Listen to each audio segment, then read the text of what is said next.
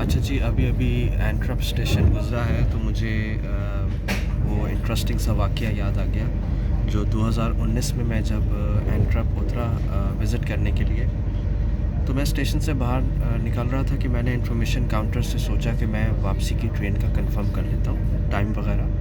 क्योंकि इसी तरह सारी चीज़ें शेड्यूल पे, ऐप पे दी हुई होती हैं और आप उस पे देख के उसके मुताबिक अपना प्लान बना लेते हैं। मैं इन्फॉर्मेशन सेंटर पे गया, तो मैंने उसको बताया, मैंने कहा मेरी वापसी की ट्रेन जो है वो 8 बजे की है, तो बस ये मुझे कंफर्म करना है कि ये लेट तो नहीं है, कैंसिल तो नहीं होगी, ये वो इस तरह करके सारी चीज़ें, because I am new in city और मैं जस्ट एक शॉर्ट ट्रिप कर रहा हूँ यहाँ पर।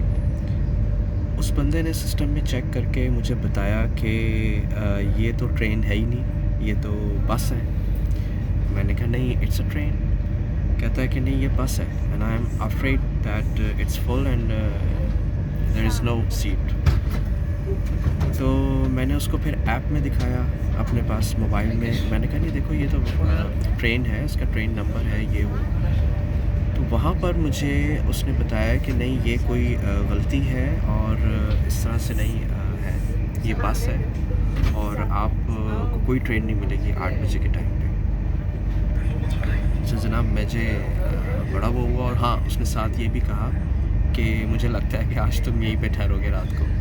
तो मैंने कहा नहीं, मेरी डुसलडॉर्फ में जो है वो बुकिंग है, अकोमोडेशन है, मैं वहीं वापस जाऊँगा। बहरहाल उसने कहा कि अच्छा ठीक है, अगर तुम वापस जाना चाहते हो तो अभी 45 मिनट्स के बाद ट्रेन जाएगी विच हैज़ 4 चेंज, यानी कि 4 दफ़ा मुझे ट्रेन चेंज करनी पड़ेगी और फिर मैं डुसलडॉर्फ पहुंचूंगा, वो भी रात को 12 बजे।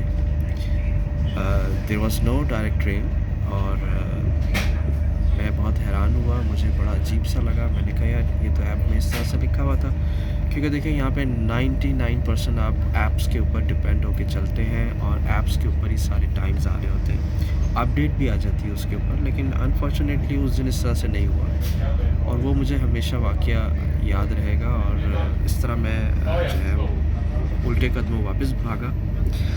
उसमें भी ये हुआ कि मैं जो मेरी दूसरी ट्रेन थी, पहली ट्रेन तो मैंने चेंज की, टाइम पे मिल गई मुझे, मैंने चेंज की। दूसरी ट्रेन जो थी वो किसी वजह से डिले हो गई और वहाँ एक जगह जाकर रुक गई। वो कोई 15 मिनट का डिले आया या कुछ इस तरह से हुआ, तो ऑब्वियसली उसकी वजह से जो थर्ड ट्रेन थी वो मेरी आँखों के सामने निकल गई, जस्ट लाइक सिमरन की निकली थी। बहरहाल वो ट्रेन हम नहीं कैच कर सके और तीसरी ट्रेन के स्टेशन पे मैं वहीं खड़ा रहा। मेरे साथ 2-3 लोग और थे।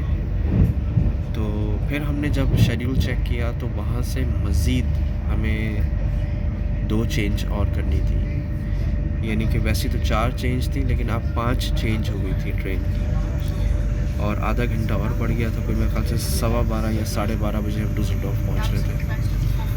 बहरहाल हमने एक दूसरा ऑप्शन भी चेक किया कि अगर हम कोई टैक्सी हायर करते हैं और 3-4 लोग मिल के टैक्सी को दे देते हैं तो फिर इस तरह से भी जा सकते हैं, लेकिन गोरे तैयार नहीं थे।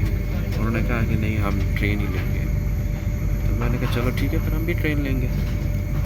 तो बहरहाल वो दिन बड़ा मुझे याद रहेगा और बड़ा अनयूजुअल सा चीज़ हुई और फिर रात को तकरीबन 12:30 बजे मैं पहुंचा और उस दिन मैं सुबह निकला था कोई 5 बजे नीदरलैंड।